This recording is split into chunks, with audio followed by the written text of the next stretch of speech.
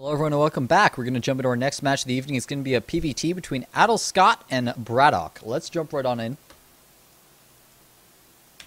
There it is, guys. This is game number 1 in this best of 3 in the round of 8 between FXOBratOK, our red Terran here in the 11 o'clock position, representing FXOBratOK Esports against his opponent in the 5 o'clock position, Mill.Adellscott, our orange Protoss, representing Millennium. Mill.Adellscott, of course, our European Protoss who, if I remember correctly, makes a lot of awesome threads on Team Liquid in the strategy forum. Posts there pretty frequently. Unless I'm mixing them up with someone else, but I'm pretty sure that's Mill.Adellscott that I've seen posting a lot. So you guys should check out his posts. Check out his threads. See what he's got to say. FXOBratOK, of course, a veteran in the StarCraft scene. Since the Breed War days. Always been a powerhouse in Europe. Can't wait to see how he's doing lately. I haven't seen his games in quite a while. So it'll be fun to see. We're on Antigua Shipyard in cross positions now. There's no golds on this map, and it is cross, so it's not as Terran favored as when you have like close spawns or the gold bases on this map, something like that. But statistics do tend to favor Terran on here, so that just means that Mill.Adellscott might want to try to do something maybe cheesy to get this map over with and go straight into map number 2 and take an advantage there. Or, he just wants to really kind of focus his style around something that's going to work well on this map specifically, as opposed to just a general style that works on all maps. Standard play here, gate gas, all coming up at normal timings. Looks like we're going to see a gasless expansion here from FXOBratOK.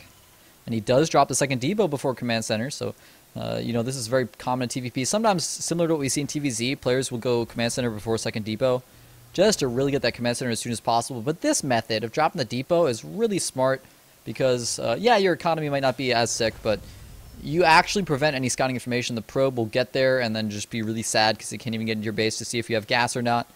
But unfortunately for him, Mill.Adellscott's not even scouting. And I say unfortunately for FXOBratOK because even though it would be like, well, wouldn't Mill.Adellscott want to scout?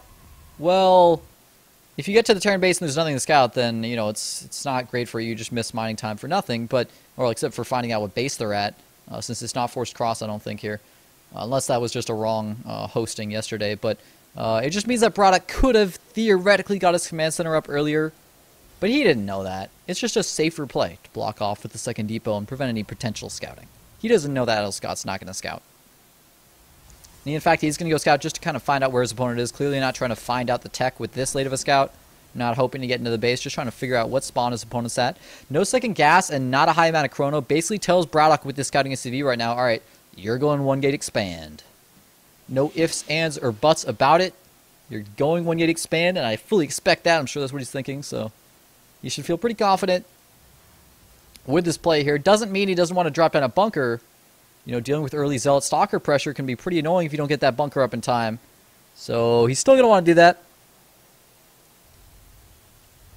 He is going to go up to 4 racks, though. Something we see a little bit less common nowadays than we used to see a little bit more. Although I guess it's kind of regaining popularity. Just allows you to power out tons of Marines. You can go for some early pressure with this. Yeah, your tech's a little bit later, so you don't have, stim combat shields coming up as quickly. But you get a really high Marine count. Sometimes Protosses, especially on a map like this with a 3 force field sized ramp, it can be pretty difficult to deal with early Marine pressure. You don't have Colossi yet, you don't have Storm yet, you don't have Archons yet, no splash damage. So you need really good force fields, you need good kiting, you need Guardian Shield. And he's going to move up and see 5 Marines in the upper ground, no bunker. And the no bunker should kind of give him a little bit of a tell, not a tell like on necessarily exactly what he's doing, but just a tell that FXOBratOK feels confident right now and isn't worried about early pressure. And that should kind of let him know that he's not going for a greedy build. Like, if there's no bunker, it kind of already rules out builds like 1 racks, triple orbitals, something like that. At the very least, you can rule out builds like that, or really fast double gas transitions. So he should know that at the very least is 3 racks, if not 4 racks play. He's going to go up to 3 gates as a result. 4 gates, in fact. So yeah, Mill.Adellscott really picking up on this. Going up to 4 gateways, realizing that his opponent probably would have had a bunker if you were going for some heavy gas play, and thus, he doesn't have to worry about any of that. And instead, doesn't have to worry about Banshees or anything like that. Doesn't need to get a robo. Can just get a lot of gateways, pump out lots of units. This is going to help him a lot. In fact, 4 gateways on the way, so he's going up to 5 gate. He might want to try to put on some pressure of his own with this. He's fully putting chrono into probes, though, so really wants to get up an economy. He's at 24 SCVs to 31 probes. And look at this walk around from FXOBratOK. That Stalker critically out of position here for Mill.Adellscott. He's not going to see all these Marines coming towards his base, and that means he's not going to continue warping in. Well, he'll continue warping in just because he needs to get his macro going, but he might not as frantically do that. Oh my god, he's going to move his sentries out in the middle of the map. He's trying to go put on pressure because he's going 5 gate, and he's going to get caught in the worst position possible out in the center with against Marines. In fact, no, they're not even going to see each other on the way past. We might run into some type of like base trade scenario kind of thing, but we don't actually have a bunker here for BratOK, so it's going to be hard to hold. Whereas, you know, Addlescott can just kind of warp in back at home, but will he have enough warp-ins? He's going to lose a lot of probes here in this process. Probes already starting to go down. Is he pulling his army back, or is he going to go attack? He's just kind of not sure what to do. The army's sitting here in the middle of the map. A couple probes gone down. There's the warp, and he's going to target fire down the zealots that are warping in. These units in the middle of the map, pushing back the Marines. They need to fall back. A bad rally, unfortunately, losing a couple of them. But BratOK microing these so effectively here at the natural, trying to pick off those stalkers, but Addlescott using the upper ground so well to prevent them from taking damage from the Marines. These Marines will be cleaned up, but BratOK still has to worry about this attack coming. He's trying to get up 2 bunkers, but might it be too late?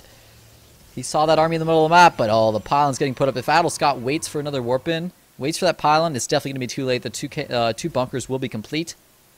He did a great job holding that off that aggression, though. BratOK not feeling so good against that, but he is still up on the worker count. Oh, he does get the bunker complete. Those units can just barely squeeze in. Only 2 of them, actually. No, they can't get in from the back. And he will be able to take out that bunker, but the SCVs are not coming in for the engagement. Oh, 5 SCVs do get trapped by the source fields. Actually, they can squeeze just barely through. So that bunker time just completing in time here for BratOK. He's got to be feeling pretty confident. Even though he's losing a lot of mining time with those SCVs, he's still up on economy thanks to mules. He's definitely in a good position here. He's got +1 stim on the way, and here comes the bust from Addlescott. He's only got 5 sentries here, so a limited amount of force fields. He does take out the bunker, though, and these Zealots are going to town on those SCVs. The Zealots all get 2 taken out, though, and that's a scary moment. Now you don't have anything tanking for your sentries and stalkers against those Marauders. But, of course, BratOK's army is dangerously low as well. Neither of these players can really afford to engage, but, though, that Zealot warp-in is going to make all the difference, forcing BratOK to lift. He can't really defend against that. And now BratOK's in some serious trouble because all of a sudden that big economic lead that he had, he just kind of lost it. He didn't, you know, keep his SCVs alive, and he's forced to lift up into his main, so he's not muling, nor does he have the extra mineral patches, and oh my god, he doesn't have a bunker on the upper ground either. No contingency plan here. And he's just kind of relying on units to hold, and he might indeed hold with these units, especially with the SCVs pulled. Those stalkers and sentries without anything to tank for them are pretty weak. You need the Zealots in front or just a lot of good force fields. But this is still close. This is still anyone's game here. If BratOK can kind of get up medevacs and push down the ramp and reestablish his economy, he might not be in the most terrible position. Maybe he can even float that orbital. Yeah, that's what he's going to do. Float the orbital over to the 1 o'clock position. Good move. Drop all your mules there. I hope Addlescott moves the unit over there to check. That would be the most likely scenario, but of course I can say that easily, seeing him doing that. Once +1 completes and medevacs pop out, though, BratOK's going to have a great timing to hit, and Addlescott needs to make sure he doesn't get overconfident. He is keeping his opponent contained on seemingly 1 base right now, and he's going for a 3rd. That's pretty greedy. Keep in mind, if a big infantry push comes with +1 and medevacs, it's going to be hard to stop without splash damage. So he's really going to want either Colossi or Storm. He might just go for like party-style mass gateways. He has added on the Robo, though, so with 3rd gas, Robo, maybe even a 4th gas soon. Hopefully we'll see him go to Colossi. Will it be in time, though? I'm just worrying that 3rd Nexus might be a little bit much for him. We'll see, though. If he can establish up some splash damage and defend against the counterattack that's going to come from BratOK, and like doesn't lose that 3rd Nexus, well, then he'll be golden, obviously, having such a solid economy. And this Zealot does find this base. Great play by Addlescott, really expecting that would be the most likely way for BratOK to try to get back into this game after losing his natural. Perfect play. If he hadn't found that, every mule would have been dropped there. Would have been a huge pain. BratOK would have got back into the game economically. Instead, now he's stuck on 1 base against a soon-to-be 3-base Protoss.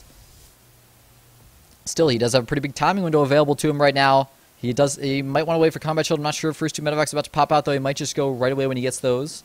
Wow, Addlescott's still warping in all of his units out here. We're at the 12-minute mark. There could be medevacs out, and he's not worried at all about drops coming into his base. Now, he does have pylons littered around the map. He's got a Zealot over here to watch for drops moving over to the side. And he has his army to watch for drops moving over to the west. So he has pretty good vision. In fact, that drop will see that pylon kind of fall back. But upon seeing that medevac, it forces Addlescott back. No, he's going to try to go for a bust here. Cool move. Now, he doesn't have Zealots, so he needs to use excellent force fields to engage well. Great force fields. BratOK might want to lift. No, he's going to stim forward and try to continue engaging. He needs to either lift these units from the front back and get them out of the engagement, or lift the back units and put them into the engagement. You really don't want to be engaging with half your army at once like that. But these sentries, oh, nice force field wall by Addlescott. Unfortunately, leaves a tiny little hole, so he's going to lose maybe 2 of his sentries here. Oh, wow, great target firing by BratOK. Target firing the further away sentries to make sure he keeps getting them with concussive shell. Another high-energy sentry dies. Great usage of just a small amount of infantry units, and BratOK has scouted. No, he hasn't. Oh, God, he's so close to scouting that third. That would trigger him to push instantly, I would imagine. You don't want to sit and wait to let a Protoss on 3-base economy build up more units, and now he's scouted it. Will he go for the attack? He's going to take out the pylons first on the way, obviously, but I don't know, man. I feel like if he just sits back and tries to macro on 2-base, he knows he's up against the 3-base Protoss. How is that even possible? Like, he doesn't even have a third command center on the way. How could he possibly catch up? Like, his economy is so far behind on 20 workers right now. Still almost even on economy, but that's just because he was saving up mules and has triple mules going at his third because he didn't want to mine out his main. Observer does see this army leaving, and yes, his forward pylon might like warp in some zealots, go for a counterattack, something like that. But BratOK's army really doesn't look that scary right now, except for the fact that it has 1-0 against the 0-0 of Addlescott. Now, Addlescott doesn't have any splash damage still, but he will have Immortals. He's got a really good count of Stalker Sentry. I'm really digging this composition that we don't see that often. Usually players mix in a lot more zealots, but he's been so confident to just use Stalker Sentry this game. It just shows his confidence in his Sentry micro, his force fields. Wow, look at BratOK, his game sense, just knowing where all these pylons are going around. Maybe he was like going to try to drop, and actually the pylon just happened to be there, but he's killing off all of them, man. All of the pylons are on the map. Luckily, Addlescott, very smart, dropping extra pylons ahead of time, even after losing those, doesn't get supply blocked.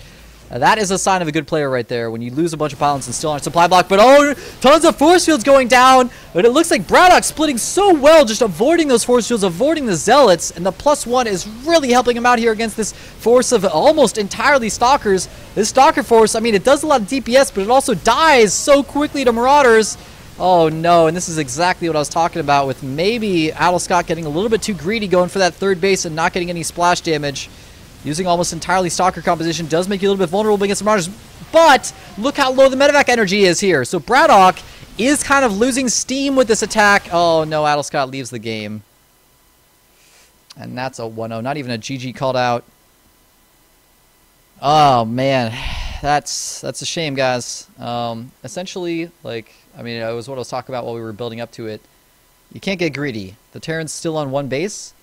You know he doesn't even have that ninja expansion at the top right because you sent your zealot there. To try to go 3 base versus 1 base, it's simply too greedy. Just stay on 2 base, pump out just plenty of probes and get a sick 2 base economy up with 4 gas. Or at the very least build in some splash damage. I know it's hard to do on Antigua because if you just get out like 1 or 2 Colossi before the push comes and they're in that spread out of an area, like the center of Antigua is like, it's like wide open, guys. So if you get into engagement there with only like 1 or 2 Colossi, they're not really going to help you out a ton. They're going to be able to like kind of stim around, create an arc, snipe off your Colossi. So I can kind of understand him not wanting to do that on that map. But I just feel like just going Stalker Sentry on a really quick third base like that, really hard to pull off when you know the Terran is going to have an upgrade advantage since he scouted that up earlier on. And is just going to be pumping out units. Like, that's the only possible way he could win was with that push. So unfortunate, a little bit of extra greed there, but we're going to go into game number 2 and see if maybe Addlescott can make a comeback. He certainly played quite well in that game, just ever so slight mistakes in judgment there. Ever so slight. BratOK was able to just barely edge out a win. And we're going to see if he can do it in game 2 again, or if Addlescott is going to make this comeback. Don't go anywhere, guys. We'll be back with that after this quick commercial break.